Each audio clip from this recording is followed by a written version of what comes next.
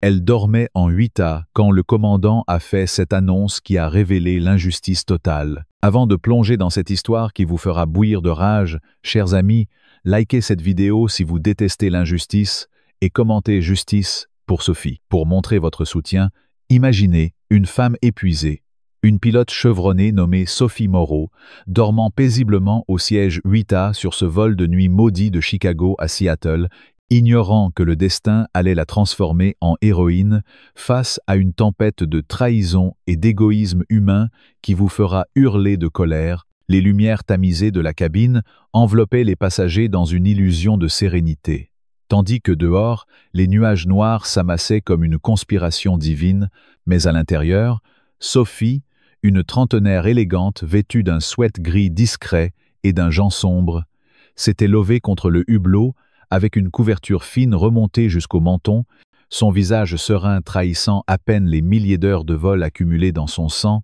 une carrière forgée dans l'armée de l'air française où elle avait piloté des C-130 à travers des zones de guerre impitoyables, des pistes poussiéreuses en Afrique, aux tempêtes glaciales en Arctique, et maintenant, après une semaine infernale de recyclage en simulateur où elle avait affronté des scénarios cauchemardesques, panne moteur, dépressurisation, atterrissage en visibilité nulle. Elle avait choisi ce vol comme passagère anonyme pour enfin se reposer, loin des regards indiscrets, sans badge ni uniforme, juste une voyageuse ordinaire parmi les hommes d'affaires harassés et les familles rentrant de Thanksgiving, mais oh, comme cette paix était fragile, car dans le cockpit, le commandant Pierre Dupont, un vétéran de 55 ans avec plus de 15 heures de vol, un homme qui avait ignoré ses douleurs thoraciques récurrentes par peur de perdre son certificat médical, par peur que la compagnie aérienne, cette machine à profits impitoyables, ne le mette au placard prématurément, sentait une oppression grandissante dans sa poitrine, attribuant cela au stress des vols récents et à la météo qui se dégradait. Tandis que sa copilote, Marie Leclerc, une jeune femme de 28 ans aux nerfs d'acier mais à l'expérience limitée, scrutait les instruments avec une inquiétude croissante, les rapports météo, indiquant un système orageux monstrueux, s'intensifiant bien plus vite que prévu, avec des turbulences sévères, de la grêle assassine et des cisaillements de vent capables de déchiqueter un Boeing 737 comme un jouet. Et voilà que soudain, au milieu de ce vol qui semblait routinier, Pierre Dupont porta la main à sa poitrine, une douleur fulgurante, le transperçant comme un poignard. « Marie, je crois que c'est une crise cardiaque », balbutia-t-il, son bras gauche s'engourdissant, son visage blêmissant sous la lueur des instruments. Et il s'effondra sur son siège, inconscient, laissant Marie seule aux commandes, son cœur battant la chamade, alors qu'elle activait les procédures d'urgence. Prenant le manche d'une main ferme, malgré la panique qui montait, alertant le contrôle aérien. Centre de Seattle, vol 447, déclare une urgence médicale, commandant incapacite, présumé événement cardiaque, copilote aux commandes, demandons vecteur prioritaire vers l'aéroport le plus proche, et pendant ce temps, dans la cabine, l'ignorance régnait encore, mais pas pour longtemps, car l'hôtesse en chef, Élise Bertrand, une femme expérimentée de 40 ans avec 20 ans de service, reçut l'appel du cockpit et comprit l'horreur de la situation, mobilisant discrètement son équipe pour sécuriser la cabine sans alarmer les passagers. Mais comment ignorer l'injustice flagrante ici, mes amis, car cette compagnie aérienne, connue pour ses coupes budgétaires scandaleuses, avait réduit les formations médicales obligatoires pour les pilotes, préférant économiser sur la sécurité plutôt que d'assurer la vie de centaines d'innocents, une négligence criminelle qui vous fait bouillir le sang, n'est-ce pas? Et Élise, avec un sang-froid admirable, décida de lancer l'appel désespéré. « Mesdames et messieurs, nous faisons face à une urgence médicale dans le cockpit. Notre commandant est indisponible, la copilote assure le vol, mais nous affrontons des conditions météo extrêmes. Si parmi vous se trouve un pilote qualifié, commercial, militaire ou instructeur, appuyez sur votre bouton d'appel immédiatement. Votre aide est vitale pour la sécurité de tous. Et c'est là que l'horreur humaine se révéla dans toute sa splendeur répugnante, car parmi les passagers, un homme nommé Victor Langlois, un businessman arrogant dans la cinquantaine, vêtu d'un costume sur mesure et arborant une montre Rolex ostentatoire, un de ces VIP autoproclamés qui voyagent en classe affaires, mais s'était retrouvé en écho par une erreur de réservation qu'il n'avait pas digérée, se leva d'un bond, non pour aider, mais pour hurler son indignation. C'est inacceptable. J'ai payé pour un vol sécurisé, pas pour risquer ma vie avec une copilote inexpérimentée, exiger un atterrissage immédiat et prioriser les VIP comme moi. J'ai des réunions cruciales demain, vous entendez? Si quelque chose m'arrive, je poursuis la compagnie en justice pour négligence. Ces cris résonnant dans la cabine comme un poison, semant la panique parmi les autres passagers. Une mère avec 2 enfants en bas âge, fondant en larmes, un couple âgé se serrant la main, en priant, et Victor continuant son cirque égoïste, bloquant l'allée pour exiger un remboursement immédiat, ignorant complètement la gravité, faisant monter la tension à un niveau insoutenable. Oh, comme cela vous met en rage, cette arrogance bourgeoise qui piétine la solidarité humaine au moment où elle est le plus nécessaire. Et pendant que Victor vociférait, aggravant le chaos, Sophie Moreau s'éveilla en sursaut au siège 8A, ses instincts de pilote affûtés par des années de missions périlleuses, la tirant d'un sommeil profond, détectant la tension dans la voix de l'hôtesse, les premiers soubresauts de l'avion entrant dans les turbulences, et elle comprit instantanément. Une crise cardiaque au cockpit, une tempête monstrueuse devant, une copilote seule aux commandes. Et cet idiot de Victor qui semait la discorde au lieu d'aider, une injustice flagrante qui la fit bouillir intérieurement, car Sophie, avec son passé militaire français où elle avait sauvé des vies sous le feu ennemi, ne tolérait pas l'égoïsme qui mettait en péril des innocents, et tandis que l'avion commençait à tanguer violemment, les éclairs illuminant le ciel comme des accusations divines contre l'humanité défaillante, Sophie appuya sur son bouton d'appel, se levant avec une détermination farouche, bousculant presque Victor qui continuait ses plaintes absurdes. « Asseyez-vous et taisez-vous, monsieur, ou vous allez tous nous tuer avec votre panique stupide », lança-t-elle d'une voix autoritaire, faisant taire momentanément ce parasite social, et Élise accourut, le soulagement illuminant son visage. « Vous êtes pilote? Dieu merci. Suivez-moi au cockpit. » Et Sophie, ignorant les regards choqués des passagers, se fraya un chemin à travers l'allée secouée, sentant la rage monter contre cette compagnie qui avait permis une telle vulnérabilité par avarice, contre Victor qui incarnait l'égoïsme pur et contre le sort qui transformait son repos mérité en un combat pour la survie collective, mais elle était prête. Son expertise forgée dans le feu de la guerre allait défier la tempête et l'injustice humaine. Oh, comme cette scène vous révolte, n'est-ce pas? Avec Victor qui, même réprimandé, marmonnait des menaces de procès, aggravant l'indignation générale, et tandis que Sophie approchait du cockpit, l'avion plongeait dans les premières rafales violentes, les passagers criant de terreur, la mère serrant ses enfants en sanglotant, le couple âgé priant à voix haute, et Victor, ce monstre d'égoïsme, osant encore réclamer un siège plus sécurisé. « Je suis prioritaire, j'ai des connexions !» hurlait-il, provoquant une vague de murmures furieux parmi les autres. « Taisez-vous, espèce d'idiot !» répondit un homme d'affaires voisin, la tension atteignant un pic de phénix de rage collective, car comment tolérer qu'un seul homme mette en danger tous par son narcissisme? Et Sophie, entendant cela, sentit sa colère décuplée, jurant intérieurement de non seulement sauver ce vol, mais aussi d'exposer publiquement les failles de cette compagnie et l'attitude odieuse de Victor, une justice qu'elle imposerait par ses actes. Et en entrant dans le cockpit, elle vit Pierre Dupont inconscient, Marie Leclerc luttant seule contre les instruments qui clignotaient frénétiquement, le radar montrant un mur rouge de danger imminent. « Je suis Sophie Moreau, pilote commercial et militaire, à jour sur le 737, déclara-t-elle, s'installant rapidement, mais déjà les turbulences s'intensifiaient, l'avion gémissant sous les assauts du vent, et Marie, les larmes aux yeux, avoua. Je n'ai jamais affronté ça seule, et avec cette tempête, et cet idiot en cabine qui panique tout le monde, et Sophie, la rage au ventre, répondit « On va s'en sortir, mais après, on dénoncera ces négligences, cette compagnie qui coupe sur la sécurité pour des profits. » et ce Victor qui incarne le pire de l'humanité, et ainsi commença le combat, avec les éclairs zébrant le ciel comme des cris de justice inassouvis, l'avion secoué comme une âme en tourment, et la phénix de phénix collective montant, jusqu'à l'explosion imminente. Oh, comme cela vous fait bouillir, cette injustice flagrante où les héros comme Sophie doivent pallier les failles des puissants et des égoïstes, et tandis que le vol plongeait plus profond dans le chaos, Sophie prit les commandes auxiliaires, guidant Marie à travers les premiers ajustements, mais Victor, non content, tenta de forcer l'entrée du cockpit, tambourinant à la porte verrouillée. « Laissez-moi entrer.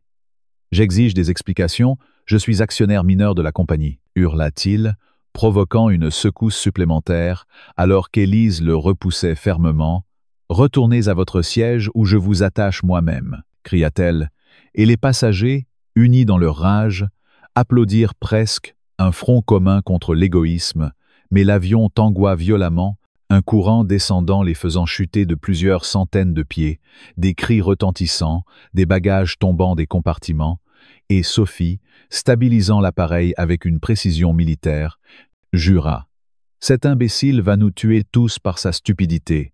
La colère la fuelant comme un carburant ardent, et Marie, inspirée, suivit ses instructions, déviant le cap pour contourner le cœur de la tempête, mais les vents cisailleurs attaquaient sans relâche, l'avion gitant dangereusement, et dans la cabine, Victor, enfin assis mais marmonnant des menaces, incarnait cette injustice sociétale où les privilèges des riches écrasent la sécurité des humbles. Une rage qui monte, et Sophie, pensant à ses missions passées où elle avait sauvé des vies anonymes, sentit une détermination farouche, prête à affronter non seulement la nature déchaînée, mais aussi l'inhumanité rampante. Et tandis que les minutes s'étiraient en éternité de tension, l'appel radio du contrôle aérien confirmait la déviation, mais avertissait de grêle imminente, des impacts commençant à marteler la carlingue comme des accusations, et Victor, paniqué maintenant, criait pour son propre salut, oubliant ses priorités égoïstes, une hypocrisie qui décuplait la phénix. « Oh, comme cela vous révolte, cette volte-face lâche !» Et Sophie, concentrée, guidait. Ajoute de la puissance, relève le nez doucement, sa voix calme contrastant avec la tempête intérieure de rage contre un système qui permettait de telles vulnérabilités, contre une compagnie qui priorisait les actionnaires comme Victor sur la vie des pilotes et passagers, et l'avion, luttant contre les éléments, avançait péniblement. Les turbulences atteignant un crescendo de violence, des éclairs aveuglants illuminant le cockpit comme des flashs de justice divine, et Marie, gagnant en confiance grâce à Sophie, murmura « Sans vous, on serait perdu.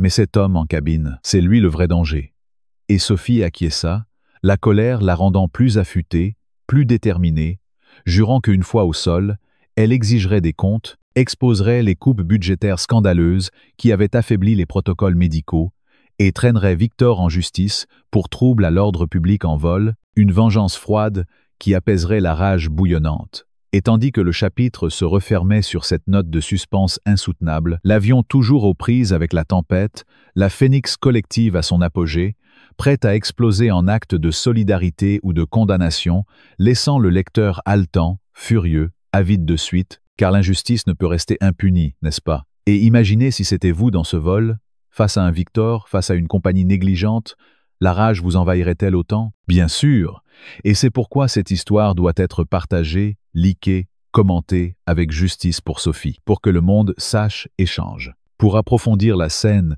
et intensifier la phénix, revenons sur les détails du passé de Sophie.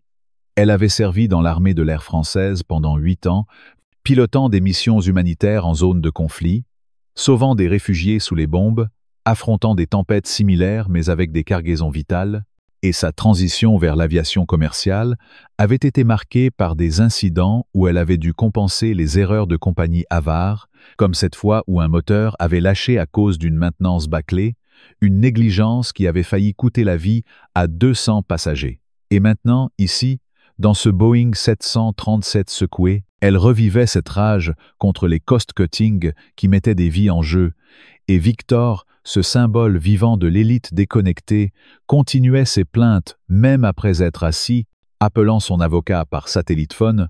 « Je vais ruiner cette compagnie.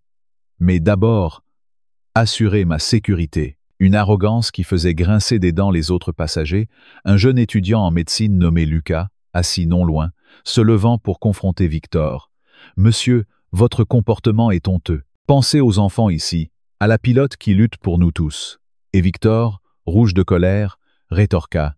« Je paie des impôts, j'ai des droits. Vous, les jeunes, ne comprenez rien au monde réel, une échange qui enflammait la cabine, des murmures devenant des cris. Assez, taisez-vous tous, intervint Élise, mais la division était semée. La Phénix contre Victor, unifiant les autres dans une solidarité furieuse. Et dans le cockpit, Sophie, entendant les échos via l'interphone, serra les dents. Ce type est un danger public. Marie, concentre-toi. On va leur montrer ce que vaut la vraie expertise. Et Marie, inspirée, ajusta le cap, mais un coup de grêle soudain frappa le pare-brise, craquelant légèrement la vitre extérieure, un bruit terrifiant qui fit hurler la cabine, et Victor, paniqué. « On va s'écraser à cause de votre incompétence. » Une accusation injuste qui décupla la rage de Sophie, qui répondit via l'interphone.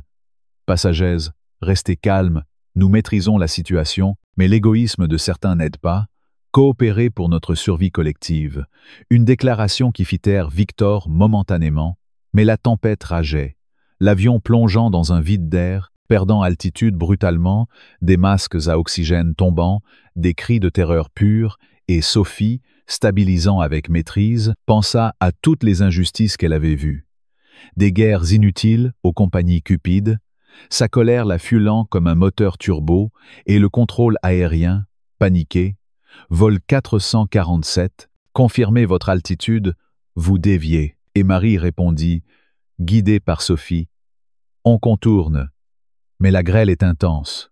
Et les minutes s'étirèrent, chaque secousse amplifiant la tension, la Phénix contre le système, contre Victor, contre la nature, atteignant un paroxysme où le lecteur sent son sang bouillir, imaginant la justice qui doit venir, et pour allonger encore, décrivons les pensées de Sophie. Elle se rappelait son enfance en Provence, où son père, un pilote retraité, lui avait enseigné l'honneur et la responsabilité, des valeurs bafouées par des hommes comme Victor, des corporations comme cette compagnie qui, selon des rumeurs qu'elle avait entendues, avait réduit les chèques médicaux pour économiser des millions, une négligence criminelle qui avait conduit à cette crise. Et si Pierre Dupont avait été examiné correctement, aurait-on détecté son problème cardiaque à temps, évitant ce cauchemar, une injustice qui la faisait trembler de rage, et dans la cabine, Lucas le étudiant aidait la mère à calmer ses enfants, contrastant avec Victor qui se tairait en silence maintenant, sa lâcheté exposée, une hypocrisie qui augmentait la Phénix, et l'avion, enfin, commençant à émerger du bord de la tempête, mais pas sans une dernière rafale qui le fit rouler dangereusement, Sophie corrigeant avec précision, sa voix calme masquant la furie intérieure. « On y est, presque. Marie, tiens bon. » Et la copilote, reconnaissante, « Vous êtes une légende, mais la rage persistait. » Car le vrai combat, celui contre l'injustice humaine, ne faisait que commencer. Et ainsi, le chapitre se clôt sur cette note de suspense rageur, avec l'avion stabilisé, mais les cœurs encore bouillonnants, prêts pour la suite où la justice, enfin, triomphera. Alors que Sophie Moreau s'installait fermement dans le siège d'observateur du cockpit, son regard acéré balayant les instruments clignotant comme un faucon scrutant sa proie, la rage qui bouillonnait en elle depuis l'annonce de l'urgence atteignait un nouveau paroxysme, une fureur incandescente contre ce système pourri où les vies humaines étaient sacrifiées sur l'autel des profits obscènes, contre cette compagnie aérienne française, Air Liberté, ou quel que soit son nom maudit, qui avait osé réduire les budgets de maintenance pour gonfler les bonus des actionnaires gras et satisfaits, assis dans leurs bureaux climatisés à Paris, ignorant les avertissements des pilotes et des mécaniciens qui hurlaient au scandale. Et maintenant, voilà le résultat. Un commandant effondré par une crise cardiaque prévisible, si seulement on avait maintenu les examens médicaux obligatoires, une copilote inexpérimentée livrée à elle-même face à une tempête biblique, et des passagers innocents, des familles, des enfants, jetés en pâture à la furie des éléments parce que des costards cravates avaient décidé que la sécurité coûtait trop cher. Oh, comme cela vous fait hurler de colère! N'est-ce pas cette injustice flagrante où les puissants jouent avec nos vies comme avec des pions sur un échiquier. Et Sophie, avec son passé glorieux dans l'armée de l'air, où elle avait risqué sa peau pour défendre la République, pour sauver des civils en zone de guerre, sentait cette trahison comme un coup de poignard dans le dos, une violation de tout ce en quoi elle croyait, la solidarité, le devoir, l'honneur français bafoué par l'avidité capitaliste, et Marie Leclerc, les mains tremblantes sur le manche, murmura d'une voix brisée par l'émotion « Sophie, merci d'être là. Je ne sais pas si je peux y arriver seul. Cette tempête est un monstre. Et le radar montre un mur de mort devant nous, avec de la grêle qui pourrait percer la carlingue comme du papier, et Sophie, réprimant sa fureur pour se concentrer, répondit d'une voix ferme mais bouillonnante intérieurement. « On va s'en sortir, Marie, mais après ça, on dénoncera ces salauds. Ces dirigeants qui coupent dans la sécurité pour s'enrichir, ces criminels, c'est du meurtre prémédité déguisé en économie, et à ce moment précis, comme si le destin conspirait pour attiser encore plus la flamme de la rage, un coup violent retentit à la porte du cockpit, des poings martelant le métal renforcé, et la voix hystérique de Victor Langlois explosa à travers l'interphone. « Ouvrez cette porte. J'exige d'entrer. Je suis un passager VIP, j'ai des droits, je veux voir ce qui se passe. Vous n'avez pas le droit de nous laisser dans l'ignorance pendant que vous nous menez à la mort. Si vous ne m'ouvrez pas, je porte plainte pour mise en danger délibérée. J'ai des avocats à Paris qui vous ruineront. » Oh, l'arrogance suprême de cet homme. Ce parasite social, engraissé par le système même qu'il défendait, un actionnaire mineur de la compagnie comme il l'avait braillé plus tôt, révélant ainsi le cœur pourri de cette conspiration, car comment un tel égoïste pouvait-il prétendre à des privilèges alors que des enfants pleuraient de terreur dans la cabine, que le couple Dubois, ces retraités modestes de la banlieue parisienne, priaient pour leurs petits-enfants qu'ils ne reverraient peu, être jamais à cause de cette négligence collective, et Élise Bertrand, l'hôtesse en chef, hurla en retour à travers la porte « Retournez à votre siège immédiatement, monsieur. Vous mettez tout le monde en danger avec votre comportement irresponsable. Asseyez-vous ou je vous fais menotter par les autres passagers. » Mais Victor, ivre de son propre pouvoir illusoire, insista, poussant la porte avec son épaule, provoquant une secousse supplémentaire, alors que l'avion entrait dans une zone de turbulence encore plus violente, un courant descendant brutal qui fit chuter l'appareil de plusieurs centaines de mètres en quelques secondes, des alarmes stridentes retentissant dans le cockpit. Terrain, pull-up, terrain, pull-up, et Sophie, les dents serrées, aida Marie à redresser le nez de l'avion, ajoutant de la puissance au moteur qui rugissait comme des bêtes enragées. « Ce fumier va nous tuer tous avec son égoïsme démentiel », s'exclama-t-elle, la rage décuplant sa vigilance. Car imaginez la scène, chers amis, cet homme, Victor, incarnation du bourgeois français arrogant, celui qui vote pour des lois qui protègent les riches tout en appauvrissant les travailleurs, osant risquer la vie de 147 âmes pour assouvir son caprice de contrôle, une injustice qui vous fait bouillir le sang jusqu'à l'ébullition, et pendant ce temps, dans la cabine, la panique montait comme une marée noire, la mère avec ses 2 enfants, une femme nommée Isabelle, serrant ses petits contre elle en sanglotant. « Calmez-vous, mes chéris. Tout ira bien. » Mais ses larmes trahissaient sa terreur, aggravée par les cris de Victor qui semait le chaos comme un virus, et Lucas, l'étudiante en médecine, se leva héroïquement pour confronter l'intrus. « Vous êtes un danger public! Pensez aux vulnérables ici, aux personnes âgées, aux enfants. Votre attitude est révoltante, c'est vous qui devriez être jugé pour tentative d'homicide par imprudence. » Et les autres passagers, unis dans une vague de phénix collective, applaudirent, des voix s'élevant. « Oui, taisez-vous, honte à vous », une solidarité spontanée qui contrastait avec l'égoïsme de Victor.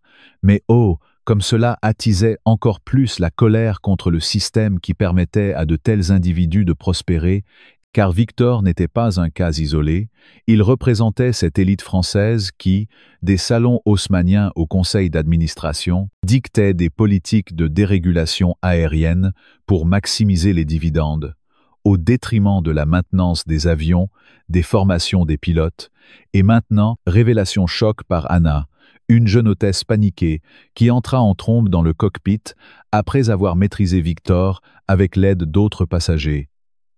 Sophie? Marie? Il y a pire. J'ai entendu des rumeurs confirmées par un mécanicien avant le décollage. La compagnie a réduit les inspections des moteurs pour économiser. Ils ont ignoré des alertes sur des fissures potentielles dans la carlingue. Tout ça pour plaire aux actionnaires comme ce Victor. C'est un scandale, une trahison absolue. Et Sophie, entendant cela, sentit une explosion de rage intérieure, une fureur volcanique contre ces dirigeants sans scrupules, ces Macron de l'aviation, qui prêchaient l'austérité pour les employés tout en s'octroyant des parachutes dorés, une injustice sociale profonde qui rongeait la France depuis des décennies, des gilets jaunes aux grèves des pilotes, et maintenant, ici, à 35 pieds, cette négligence se manifestait dans toute son horreur, l'avion gémissant sous les assauts de la grêle qui martelait la fuselage comme des balles, des craquements sinistres résonnants, et Marie, les yeux écarquillés. Mon Dieu, si c'est vrai, on vole sur une bombe à retardement. Et Sophie, canalisant sa colère en action, scanna le radar. Regarde, il y a une brèche au sud, dévie à 180 degrés, on contourne ce mur de mort, mais après, on balance tout aux médias, on expose ces criminels en col blanc. Et Marie activa la radio. Centre de Seattle, vol 447 demande déviation urgente au cap 180 pour éviter météo sévère, urgence médicale toujours en cours, et le contrôleur, voix tendue, approuvé, mais attention, rapport de cisaillement extrême, et l'avion vira, mais un vent latéral vicieux le fit rouler à 45 degrés, des cris retentissant dans la cabine, des objets volant partout, et Victor, attaché à son siège par Élise et Lucas, hurla enfin de peur réelle. « Aidez-moi, je ne veux pas mourir !» Une hypocrisie flagrante qui décupla la Phénix.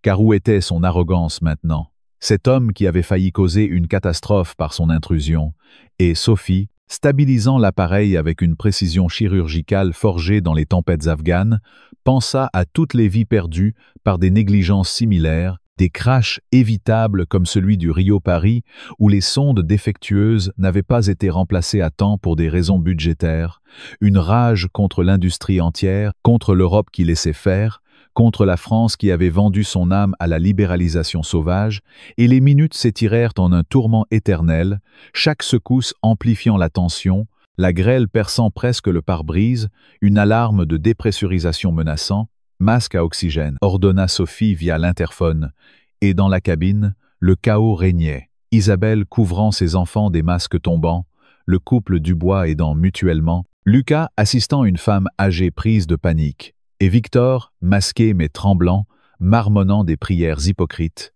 Une scène qui vous révolte au plus profond, cette inégalité flagrante où les innocents paient pour les péchés des puissants, et Anna, revenue au cockpit, murmura « J'ai des preuves, des emails internes que j'ai copiés, on peut les faire tomber. » Une lueur d'espoir dans la rage, car Sophie acquiesça. « Bien, on survivra d'abord, puis on les crucifiera publiquement, et l'avion, luttant contre les éléments déchaînés, commença à émerger du bord de la tempête. Mais pas sans une dernière épreuve, un cisaillement de vent qui inversa la portance, l'appareil piquant du nez vers la terre. « Stall, stall !» hurla l'ordinateur, et Sophie, la rage la rendant surhumaine, dicta « Puissance pleine, nez bas, roule à droite » et Marie obéit. L'avion redressant miraculeusement, les moteurs hurlant leur victoire temporaire, et le radar montra enfin un ciel plus clément. Mais la Phénix persistait bouillonnante, car le vrai combat, celui contre l'injustice humaine, ne faisait que s'intensifier, avec Victor symbolisant l'ennemi intérieur, la compagnie l'ennemi extérieur, et Sophie, héroïne malgré elle, jurant vengeance pour tous les opprimés. Oh, comme cela vous met en feu cette trahison collective qui mérite une révolution aérienne, une grève générale contre les cost-cutter mortals. Et tandis que l'avion stabilisait sa descente, les cœurs encore battants, la rage atteignant son zénith, prête à exploser au sol en un torrent de justice. Car comment tolérer plus longtemps que des vies soient monnaillées pour des euros, que des héros comme Sophie doivent réparer les fautes des lâches, une indignation qui monte, monte jusqu'à l'insupportable, laissant le lecteur assoiffé de résolution, furieux contre le monde qui permet cela. Et imaginez si c'était votre famille dans cet avion, face à un Victor, face à une compagnie négligente, la Phénix vous consumerait, n'est-ce pas? Et c'est pourquoi il faut crier justice pour Sophie. Dans les commentaires, likez pour amplifier le message, car le changement naît de la rage partagée. Pour approfondir cette rage et allonger le récit, revenons sur les détails intimes de la lutte. Sophie, se rappelant ses missions en Mali où elle avait atterri sous le feu pour évacuer des blessés, sentait une parallèle amère avec cette tempête, non pas causée par des ennemis visibles, mais par l'avidité invisible des boardrooms parisiens, où des hommes comme le PDG d'Air Liberté, un certain Jacques Duval, connu pour ses villas sur la Côte d'Azur financées par des coupes dans les salaires des pilotes, décidait du sort de milliers sans jamais voler lui-même, une hypocrisie qui la faisait grincer des dents, et Marie, inspirée par la détermination de Sophie, confia « J'ai rejoint cette compagnie pour vivre ma passion, pas pour risquer ma vie à cause de leurs économies stupides. Ils ont même réduit les heures de simulateur pour nous, les copilotes, c'est pour ça que je me sens si dépassé. » Une confession qui attisa encore la flamme, car comment une nation comme la France, berceau des droits de l'homme, pouvait-elle permettre que ses citoyens soient traités comme du bétail volant, des statistiques dans un bilan comptable? Et pendant ce temps, Victor, calmé mais ruminant, envoya un message via le Wi-Fi de l'avion à son avocat. « Prépare un procès. Cette compagnie m'a mis en danger, ignorant qu'il était lui-même le catalyseur du chaos, une arrogance qui symbolisait le déclin moral de la bourgeoisie. » Et Élise, rapportant via l'interphone. « Le cabine est sécurisé. Mais cet homme a failli provoquer une émeute. Les passagers sont furieux contre lui. » Et Sophie répondit « Bien qu'il canalise cette colère, on en aura besoin pour la suite, car elle envisageait déjà une plainte collective, une class action à l'américaine, mais avec une touche française de révolution, des manifestations devant le siège de la compagnie à Roissy, des pilotes en grève brandissant des pancartes sécurité, avant profit, une vision qui fuelait sa rage, et l'avion, descendant maintenant vers 20 pieds, rencontrait des poches de turbulences résiduelles, chaque secousse rappelant la fragilité de la vie face à l'injustice. Et Anna ajouta « J'ai vu les rapports, les fissures dans la carlingue étaient signalées depuis des mois, mais ils ont dit ça tiendra. » Pour éviter des réparations coûteuses, une révélation qui fit exploser Sophie intérieurement. « Ces assassins, si on s'écrase, ce sera leur faute, pas celle de la tempête. » Et Marie, les larmes aux yeux, Pierre, le commandant, il se plaignait de fatigue, mais la compagnie l'obligeait à voler plus d'heures pour compenser les manques de personnel, une chaîne d'injustice qui s'entremêlait comme les nuages orageux, et les passagers, apprenant par murmure les rumeurs de négligence, commençaient à bouillir eux aussi, Lucas organisant une pétition improvisée sur son téléphone. On signera tous pour dénoncer ça une fois au sol, une solidarité naissante qui contrastait avec l'isolement de Victor, maintenant ostracisé, un paria dans son propre vol, et Sophie, guidant la descente, prépare l'approche ILS pour la piste 6 gauche. On atterrira malgré tout, sa voix calme masquant un ouragan de phénix, car elle savait que la vraie tempête était humaine, pas météorologique, et le contrôle aérien confirma. Vol 447, cleared for approach, ambulance prête, mais la rage ne s'apaisait pas. Elle culminait, prête pour l'explosion finale au chapitre suivant, où la justice, enfin, commencerait à poindre. Mais pour l'instant, la tension Gaiquin atteignait son pic. L'avion secoué, les cœurs en feu, l'injustice hurlant plus fort que les moteurs. Chapitre 3. La justice éclatante et la colère inassouvie. Alors que le Boeing 737 émergeait enfin des griffes de la tempête, ses moteurs ronronnant avec une fatigue palpable après avoir défié les vents hurlants et la grêle assassine, Sophie Moreau, les poings serrés sur les accoudoirs du siège d'observateur, sentait la rage qu'il avait portée à travers ce cauchemar atteindre un crescendo infernal, une fureur volcanique contre ce monde pourri où les vies des humbles étaient broyées par l'avidité des puissants, où une compagnie aérienne comme Air Liberté, ce monstre tentaculaire né de la dérégulation libérale imposée par Bruxelles et applaudi par les élites parisiennes, osaient sacrifier la sécurité pour engraisser des actionnaires invisibles, des Duval et des Langlois, qui sirotaient du champagne dans leurs jets privés, pendant que des pilotes comme Pierre Dupont, usés jusqu'à la moelle par des horaires inhumains, s'effondraient au cockpit, victimes d'un système qui les traitait comme des machines jetables. Oh, comme cela vous révolte au plus profond de l'âme,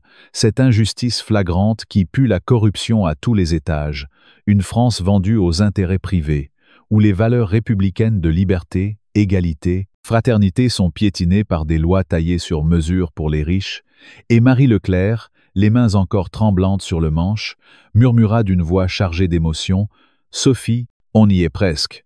La piste est en vue, mais après ça, on ne peut pas laisser passer, ces salauds doivent payer pour leurs crimes. » Et Sophie, les yeux flamboyants de colère, répondit, « Absolument, on va les traîner devant les tribunaux, exposer leurs coupes budgétaires mortelles, leurs mensonges sur la maintenance.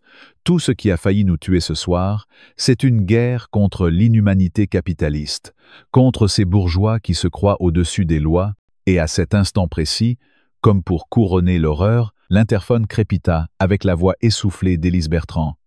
Sophie, Marie, atterrissage imminent. Mais ce Victor, il menace déjà de procès, il dit qu'il est directeur adjoint chez Air Liberté, qu'il a des connexions au ministère, qu'il va nous faire taire tous. Oh!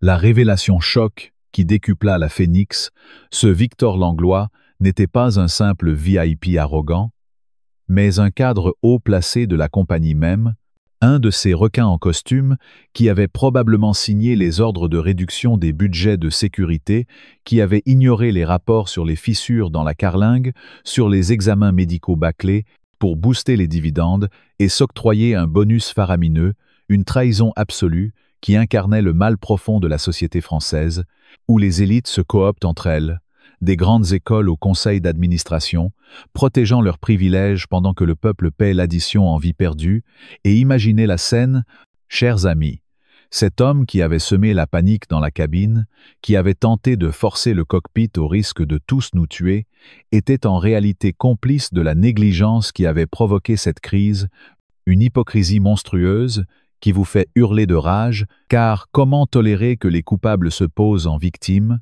que Victor, avec son Rolex et ses connexions politiques, ose menacer de poursuites alors qu'il devrait être menotté pour mise en danger d'autrui, pour corruption active, pour homicide involontaire potentiel, et pendant que l'avion alignait sa descente sur la piste 6 gauche de Seattle, les lumières de la ville scintillant en dessous comme des étoiles moqueuses, Sophie scanna les instruments une dernière fois, confirmant « Vitesse stable, train d'atterrissage sorti, volée à 30 degrés, on touche dans 30 secondes » et Marie, gagnant en assurance grâce à cette mentor impitoyable, posa l'appareil avec une douceur surprenante, les roues embrassant le bitume dans un grondement victorieux, mais oh, la victoire était amère, car à peine l'avion immobilisé à la porte sept, les véhicules d'urgence affluaient, sirènes hurlantes, et les ambulanciers se précipitèrent pour évacuer Pierre Dupont, toujours inconscient mais stable.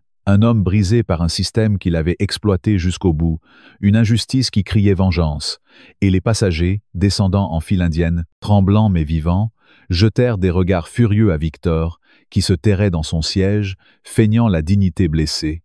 Mais Isabelle, la mère courageuse, s'arrêta devant lui. « Vous devriez avoir honte, monsieur le directeur. Vos décisions ont failli tuer mes enfants.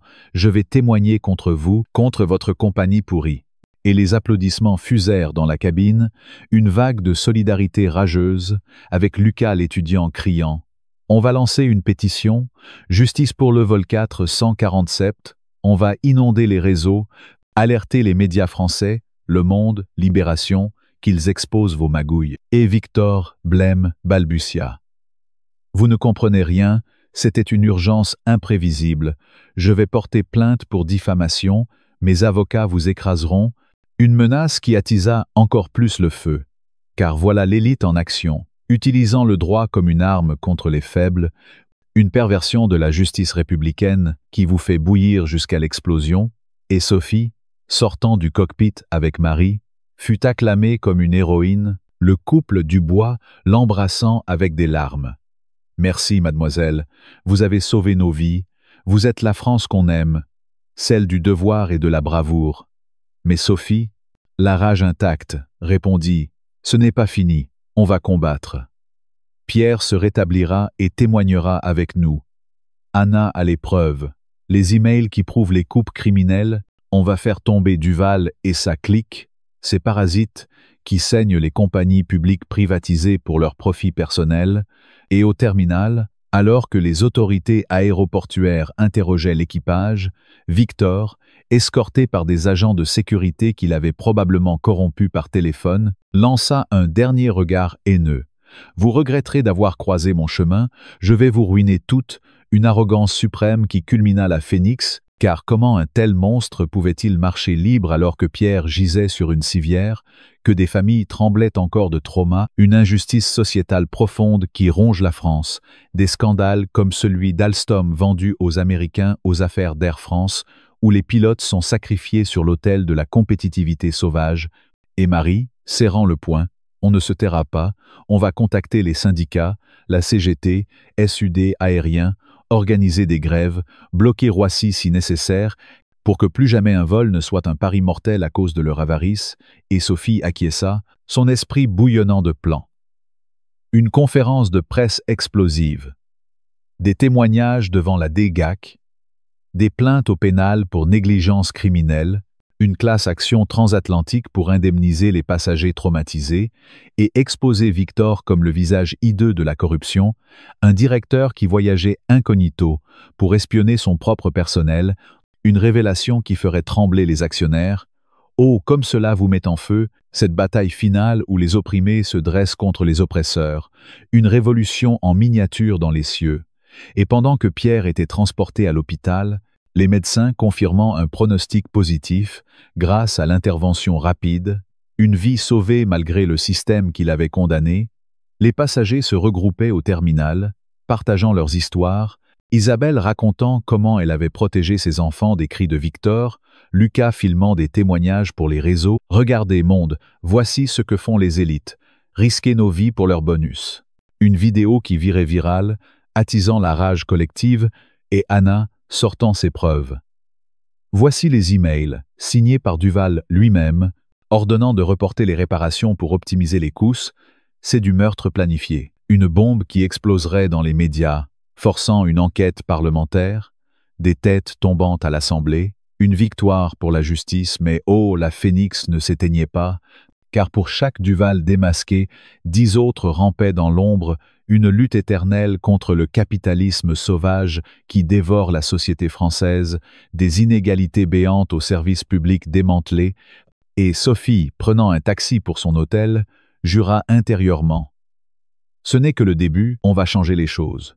Pour Pierre, pour Marie, pour tous les pilotes épuisés, pour les passagers innocents, une détermination farouche qui culminait la tension, la quicheting à son apogée, avec l'atterrissage non comme une fin, mais comme un lancement de missiles contre l'injustice.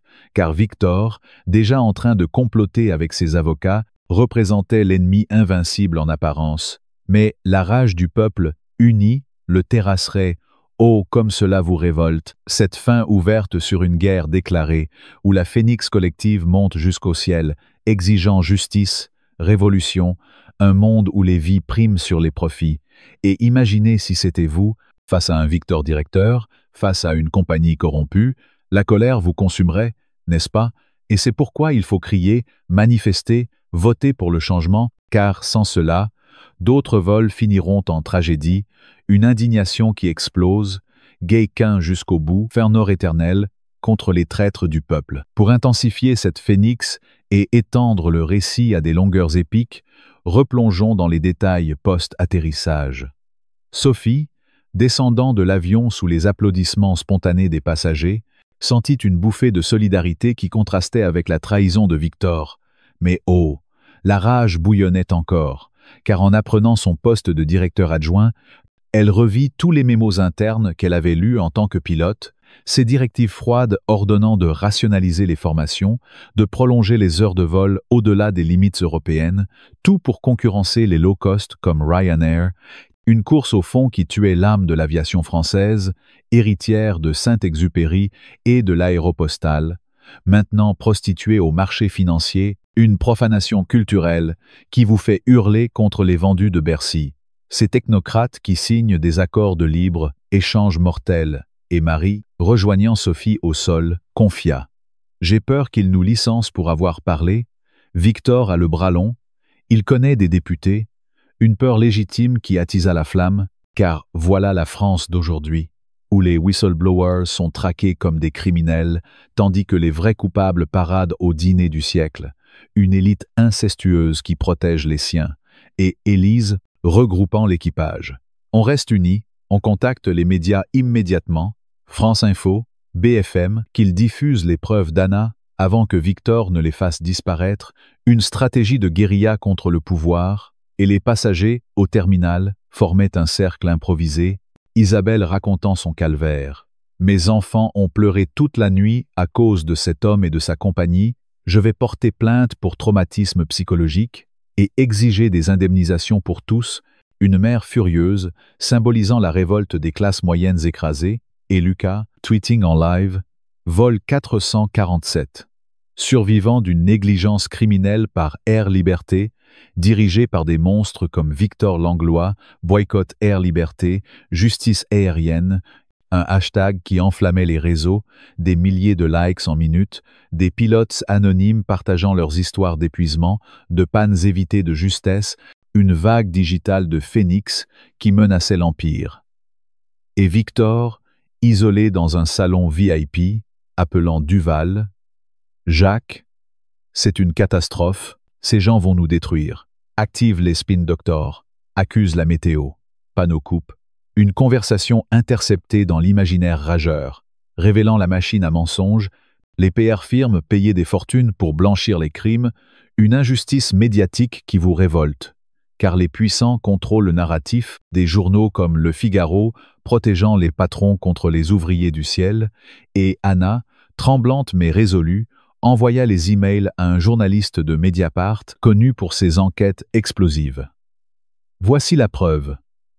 Publié avant qu'il ne me fasse taire, une héroïne discrète qui risquait tout pour la vérité.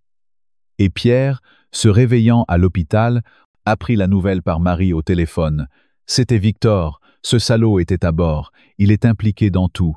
Et Pierre, faible mais furieux, je témoignerai, ils m'ont forcé à voler malgré mes alertes sur ma santé, c'est du harcèlement moral, du meurtre lent, une voix de plus dans le chœur de la rage, et Sophie, dans son taxi, rédigea un manifeste mental, une lettre ouverte à Macron, au gouvernement, exigeant une renationalisation de l'aviation, des audits indépendants, des peines sévères pour négligence corporative, une révolution aérienne inspirée des Gilets jaunes, des grèves de 1995, une France qui se lève contre ses oppresseurs internes, et la nuit de Seattle, éclairée par les néons, semblait un théâtre pour cette drame, avec Victor fuyant vers un hôtel de luxe, mais traqué par les caméras des passagers, une chasse digitale qui le démasquerait. Oh, comme la phénix culmine, Gay qu'un dans cette traque post-vol, où la justice populaire triomphe sur la justice corrompue, et les médias, alertés, commençaient à buzzer, des titres comme scandale aérien. Un directeur cause le chaos en vol,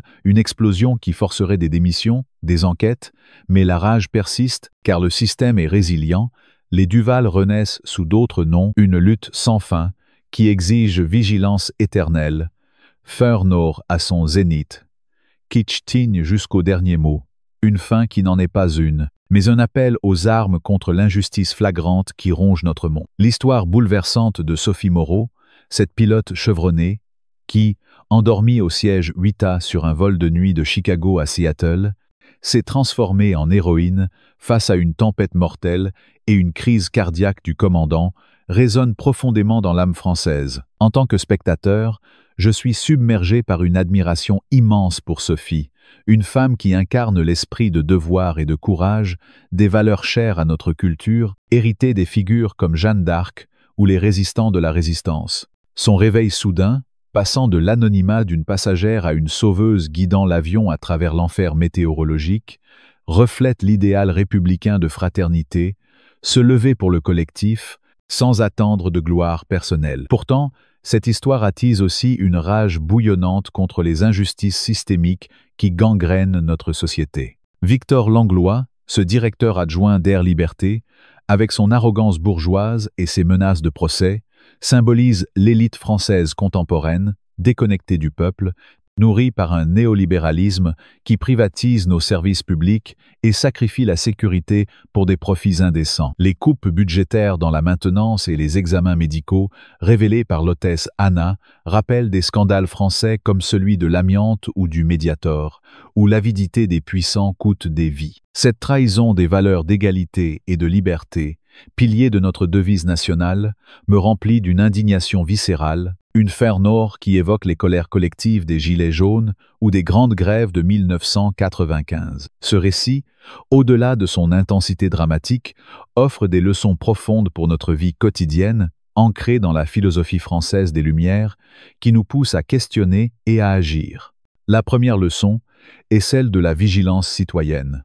Sophie, en promettant d'exposer les emails compromettants, incarne l'esprit de Voltaire, ne jamais accepter l'injustice passivement. Dans notre vie, cela signifie soutenir les lanceurs d'alerte, comme Anna, qui risque tout pour la vérité. Appliquons cela en nous informant via des médias indépendants comme Mediapart, en participant au débat public et en votant pour des politiques qui placent la sécurité et le bien, être au-dessus des intérêts privés. À l'image des mouvements sociaux français, nous devons exiger la transparence des entreprises et des gouvernements, dénoncer les dérives des privatisations, qu'il s'agisse d'Air France ou des hôpitaux publics, pour éviter que des vies ne soient sacrifiées sur l'autel du profit. La deuxième leçon est celle de la solidarité, une valeur fondamentale de la culture française, célébrée par des penseurs comme Camus dans La Peste. Sophie n'a pas hésité à aider la copilote Marie et à calmer les passagers paniqués, incarnant cette fraternité qui unit face à l'adversité. Dans notre quotidien, cela se traduit par des gestes simples mais puissants. Soutenir un collègue épuisé par des conditions de travail inhumaines, s'engager dans des associations locales pour aider les plus vulnérables ou rejoindre des manifestations pour défendre des causes justes comme la protection de l'environnement ou les droits des travailleurs. En France, où l'individualisme consumériste menace notre tissu social, nous devons réapprendre à tendre la main, à l'image du couple Dubois, ces retraités qui, malgré leur peur, ont soutenu Sophie avec gratitude. Enfin, la résilience face à la trahison est une leçon cruciale. Victor, avec son égoïsme et ses connexions au pouvoir, représente cette élite qui pervertit la justice républicaine. Sa menace de poursuite, malgré sa complicité dans les négligences, rappelle les scandales où les puissants échappent aux conséquences. Sophie, elle, choisit l'action éthique, guidée par l'honneur appris dans l'armée de l'air. Appliquons cela en cultivant l'humilité et l'intégrité dans nos carrières, en refusant les compromis corrompus et en éduquant nos enfants à privilégier la morale sur l'ambition. Comme le disait Sartre, l'existence précède l'essence. Nos choix définissent qui nous sommes. Face à un patron abusif ou une injustice locale, choisissons de nous battre, comme Sophie, avec courage et détermination.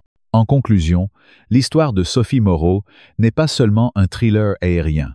C'est un miroir de notre société, révélant ses failles et ses espoirs. Elle nous appelle à nous lever, à unir nos voix contre l'injustice, à l'image des grandes révoltes françaises. Si ce récit vous a ému, si la bravoure de Sophie et la perfidie de Victor vous ont fait vibrer de rage et d'espoir, alors agissez. Likez cette vidéo pour amplifier ce message de justice.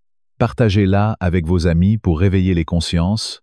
Abonnez-vous à la chaîne pour découvrir d'autres histoires inspirantes et laissez un commentaire avec « Justice pour Sophie » pour rejoindre notre combat commun. Ensemble, faisons entendre notre voix pour une France plus juste, où l'honneur et la solidarité triomphent des trahisons.